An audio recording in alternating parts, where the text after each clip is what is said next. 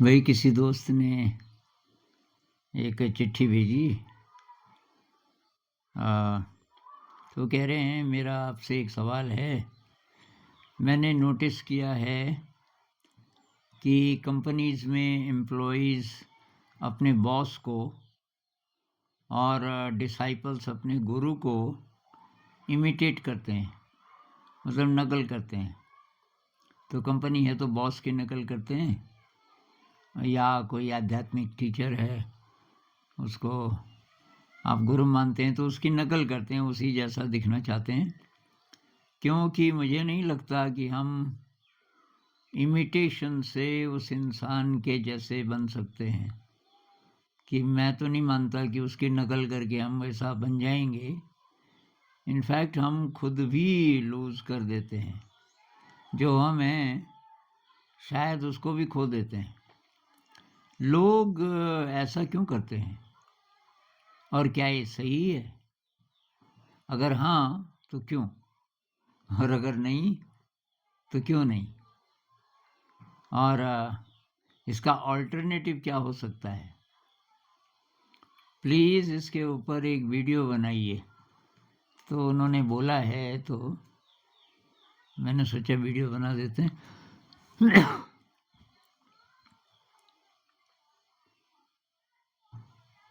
तो भाई अब मैं तो पहले अपनी ज़िंदगी से इंसाइट्स लेता हूँ। अब मुझे ये बात ठीक से समझ नहीं आती कि मैंने ऐसा क्यों नहीं किया। मैंने ऐसा कभी नहीं किया कि कोई बड़ा है तो उस जैसा। जैसे मैं ऋषि वैली में था तो वहाँ कृष्णमूर्ति जी जब आए तो भारत में वो कुर्ता पजामा पहनते थे, सफ़ेद पजामा और कुर्ता उनका होता था ये ऑरेंज और येलो के बीच बीच का कोई लाइट शेड। छतरी उनकी बहुत बढ़िया वाली होती थी। तो मैं 85 में था ऋषि वैली में, तो वो आए थे नवंबर एंड में या दिसंबर में। तो उनके पास जो छतरी थी वो अंदर से काली थी और बाहर से सफ़ेद थी। तो लोगों को देखो तो वो बहुत सारे कृष्णमूर्ति नज़र आते थे, सबकी वही सफ़ेद पजामा और वो हल्का मतलब मटमैले रंग का ये कुर्ता। मेरे मन में दूर दूर तक नहीं आया कि मुझे भी ऐसा पहनना चाहिए। और ये पहन के मैं इन जैसा बन जाऊंगा तो मैं तो किसी जैसा बनना नहीं चाहता था। मतलब कृष्णमूर्ति जी महान हैं, वो तो ठीक है, लेकिन हर इंसान अद्वितीय है। वो जैसे हैं वैसे हैं, उनकी हिस्ट्री है पीछे से कई लाइफ टाइम से। मैं जहाँ हूँ मैं अपनी जैसा बनूँ, मैं अपनी क्वालिटीज़ ढूंढूँ। तो ये बात मुझे बहुत पहले समझ आ गई थी कि मुझे नहीं बनना किसी के भी जैसा। अब मैं इन्फ्लुएंस्ड हुआ बहुत सारे लोगों से, टैगोर जी से बहुत ज़्यादा प्रभावित हुआ। शायद सबसे ज़्यादा प्रभाव मेरे पिताजी के बाद टैगोर जी का पड़ा। लेकिन उनके आइडियाज़ ले लो, कृष्णमूर्ति जी के आइडियाज़ ले लो, जो भी है जिसको भी आप मानते हो कि वो उनमें कोई क्वालिटी है, तो क्वालिटी क्या है उसको तो ले लो। अभी बाहर बाहर से आप वैसा दिखना चाहते हो, ये तो मेरे ख्याल से ये हर्ड मेंटेलिटी है। इंसान एक ज़माने में ऐसी स्थिति में रहा होगा कि अकेला है तो मर जाएगा, क्योंकि जंगली जानवर हैं, बड़े बड़े खतरे हैं। तो झुंड में रहना बहुत ज़रूरी था शुरुआत में। और कोई अगर अकेला है, मतलब वो झुंड के कायदे कानून नहीं मानता मान लीजिए, और विद्रोही है, तो झुंड उसको अलग कर सकता है, हमारे साथ मत रहना। और ये सर्वाइवल के लिए बहुत ज़्यादा खतरनाक बात रही होगी। तो झुंड जैसा बनना है। अब उसका मीनिंग बदलता गया। अब हम किसी बड़े का हिस्सा बनना चाहते हैं, क्योंकि हमें अपने अंदर कोई छोटापन लगता है मेरे ख्याल से। ज़्यादातर लोग सोचते हैं कि मैं तो कुछ भी नहीं हूँ, मैं तुच्छ हूँ। अब मैं किसी बड़े का हिस्सा अगर बन गया तो मेरी ज़िंदगी में कुछ वैल्यू आ जाएगी। तो कोई नहीं भी पूछ रहा है तो हम खुद ही बता देते हैं कि मैं तो उनको मानता हूँ, मैं उस वाला हूँ, मैं ये हूँ। तो अब ये जो बड़े बड़े ग्रुप्स बन गए, जैसे धर्म है कि मैं उससे बिलोंग करता हूँ, और तो उसमें एक सुरक्षा नज़र आती है। अगर मेरा किसी से भी आकर्षण नहीं है, किसी एक से, अच्छी बातें ले लूँ मैं, जिस धर्म में भी जो अच्छी बातें हैं वो ले लूँ, पर भाई मैं नहीं मानता किसी भी धर्म को। तो एक तो लोग बहुत कई जगह मतलब आप को वो ऐसा फील करवाएंगे जैसे कि आप ठीक नहीं हैं। तो इस कारण से भी लोग चुप रहते हैं, जो ऐसा सोचते होंगे कि या देश है। दूसरा ये है कि मैं इस देश का हूँ, इस जाति का हूँ, इस आइडियोलॉजी का हूँ, मैं कम्युनिस्ट हूँ, और मैं कैपिटलिस्ट हूँ, वगैरह वगैरह। तो इनमें कोई सुरक्षा है जो कि मेरे ख्याल से हर्ड मेंटालिटी से आई। पीछे जो हमारा इतिहास है उसमें ये अकेले रहना, जैसे फैशन है ना, फैशन क्यों, ये FOMO, fear of missing out, आजकल एक ये डॉक्टर लोग ना नई नई चीज़ें ढूंढते हैं, उसको बीमारी बना देते हैं। अब फोमो भी बीमारी हो गई है।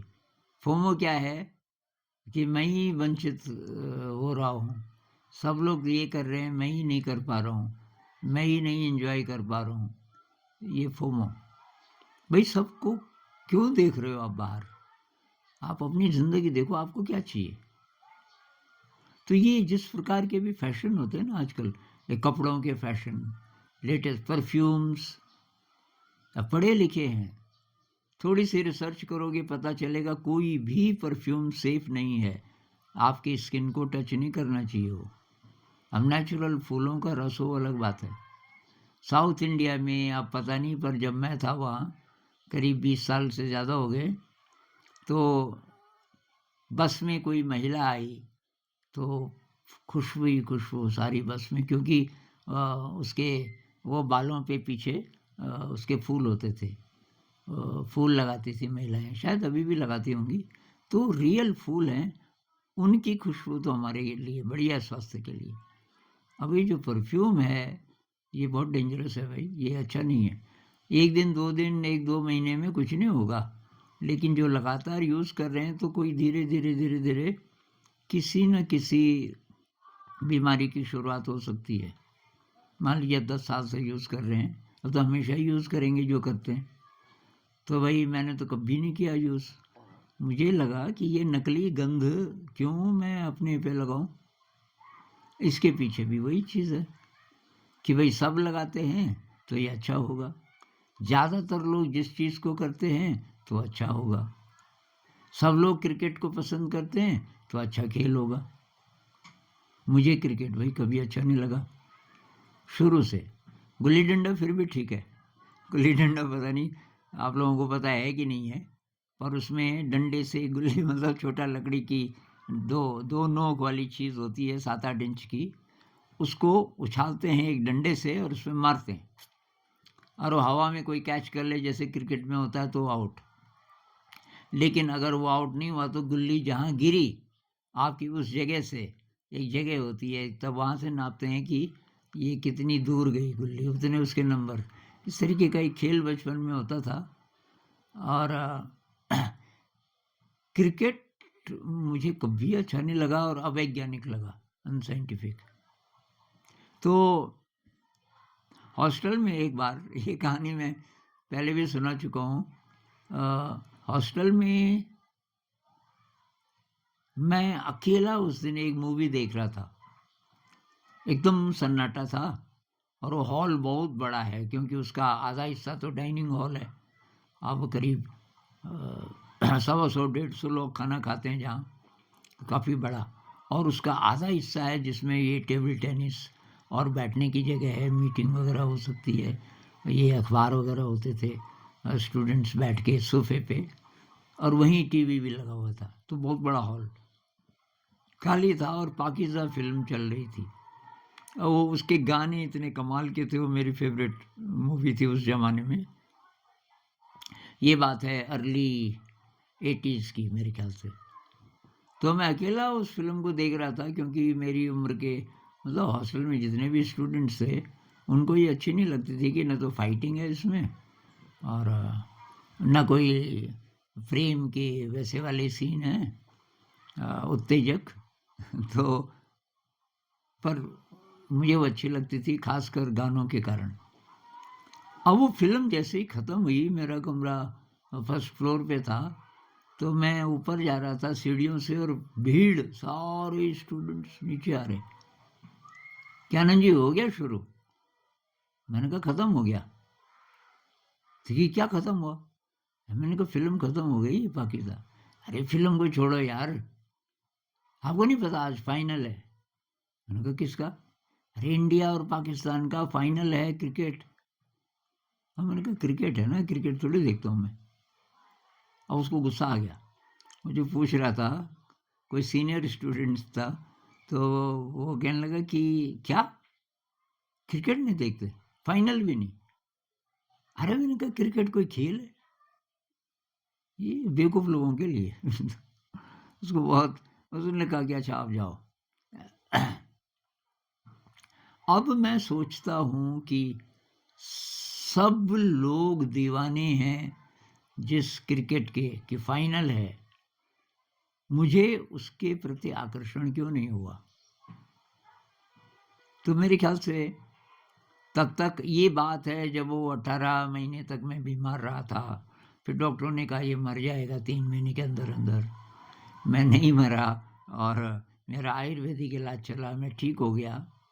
उस ठीक होने के बाद, कुछ पहले से भी रहा होगा, लेकिन उसके बाद ये बहुत ज़्यादा हो गया कि मैं अपने हिसाब से ज़िंदगी जीऊँगा।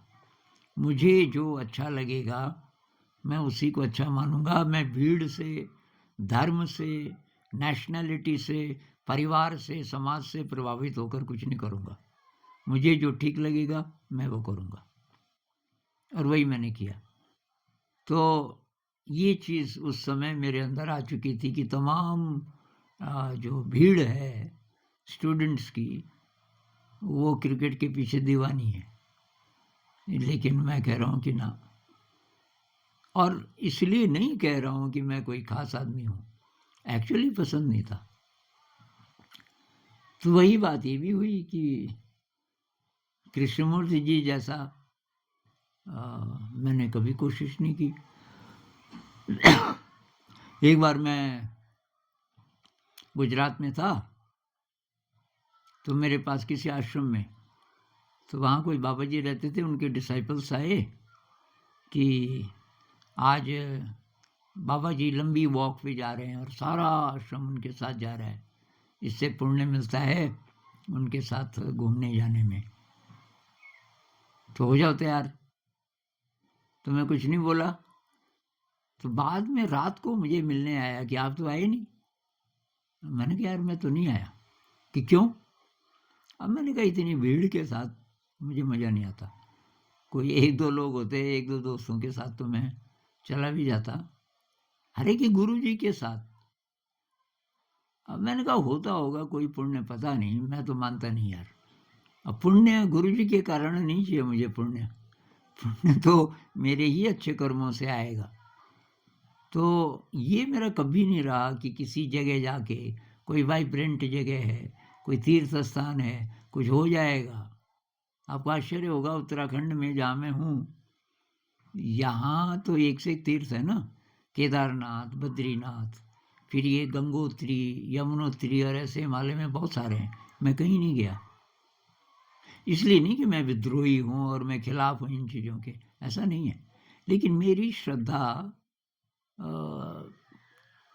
इन प्रतीकों में नहीं है। इनको मैं प्रतीक मानता हूँ कि मंदिर है या जो भी है ये उस बड़ी शक्ति के नाम पर कोई जगह बनी है और तो उसमें कुछ खास कुछ होगा,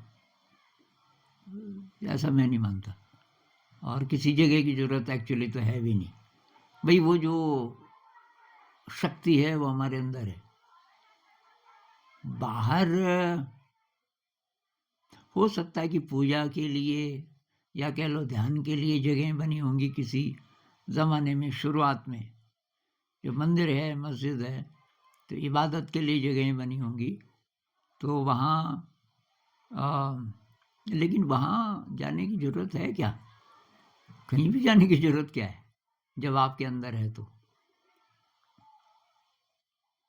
खैर, तो भाई ये लोग क्यों नकल करते हैं, बॉस के जैसा बनना चाहते हैं या गुरुजी की तरह बनना चाहते हैं? इसलिए कि उन्होंने अपनी इंडिविजुअलिटी नहीं ढूंढी। उन्होंने ये पता नहीं किया कि मैं कौन हूँ, मैं किधर जाना चाहता हूँ, मैं क्या करना चाहता हूँ। और इसकी जो